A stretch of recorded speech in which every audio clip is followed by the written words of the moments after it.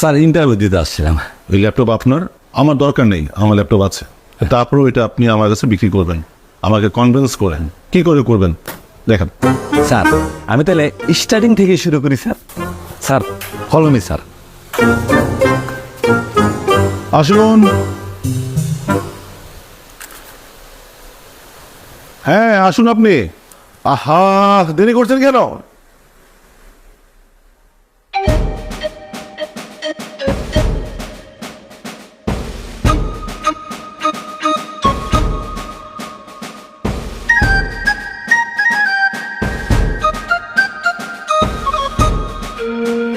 কি সব লোকজন ইন্টারভিউ দিতে আসে?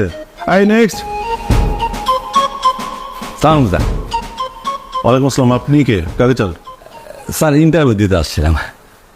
আপনি ইন্টারভিউ দেওয়ার জন্য আসছেন? জি স্যার।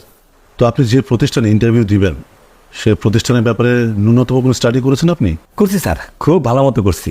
আমি ঢোকার আগে আপনার পুরো প্রতিষ্ঠান থেকে দেখছি, খুব ভালো প্রতিষ্ঠান স্যার। স্যার আমি এই প্রতিষ্ঠানে কাজ করতে চাই স্যার। না, আপনি স্টাডি করেননি। আপনি করেন স্টাডি। যদি করতেন ন্যূনতম যে ড্রেস কোড আছে সেটা মেনটেন করতেন আপনি। আপনার তখন ড্রেস কোডে ঠিক নেই। আপনি কি করে আসছেন এখানে ইন্টারভিউ দেওয়ার জন্য? আপনার তো শিক্ষাগত যোগ্যতা খুবই খারাপ। আচ্ছা আপনি বসুন। Thank you sir. বলুন, আপনি এর আগে কোথায় কাজ করেছেন? আপনার এক্সপিরিয়েন্স কি কাজের? স্যার আমার সেলসের এক্সপিরিয়েন্স স্যার, আমার বয়স যখন 7-8 বছর স্যার, তখন থেকে আরম্ভ স্যার।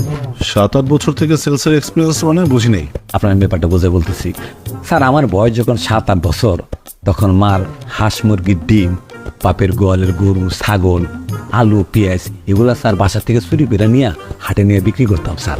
এর তখন থেকে স্যার সেল করার একটা অভিজ্ঞতা স্যার আমার ভিতরে অটোমেটিকলি চলে আসছে। মানে হাঁস মুরগির ডিম, আলু পেঁয়াজ এগুলো চুরি করে বিক্রি করতেন আপনি? সেই সেলসের এক্সপিরিয়েন্সের সাথে আপনি মিলাচ্ছেন আমার প্রতিষ্ঠানের প্রোডাক্ট বিক্রির সাথে? আরে না স্যার। তারপরে স্যার এই 1992 সালের দিকে স্যার আমি ঢাকায় চলে আসি। ঢাকায় চলে আসার পর আমি স্যার ইঁদুর মারার বিষ বিক্রি করতাম স্যার। ইঁদুর মারার বিষ? হ্যাঁ, ইঁদুর মারার বিষ বিক্রি করা স্যার তুচ্ছ বিষয় না স্যার, এটা অনেক বড় বিষয় এটা বড় কি করে হলো বুঝিয়ে বলুন। স্যার। বিরাট বড় ব্যাপার স্যার, আপনার বোঝায় বলতেছি। এই ধরেন স্যার ঢাকা শহরে বিভিন্ন জেলা থেকে বিভিন্ন ধরনের মানুষ আসে। কেউ বরিশাল থেকে, কেউ নোয়াখালী থেকে, কেউ ময়মনসিংহ থেকে, কেউ নেত্রকোনা থেকে।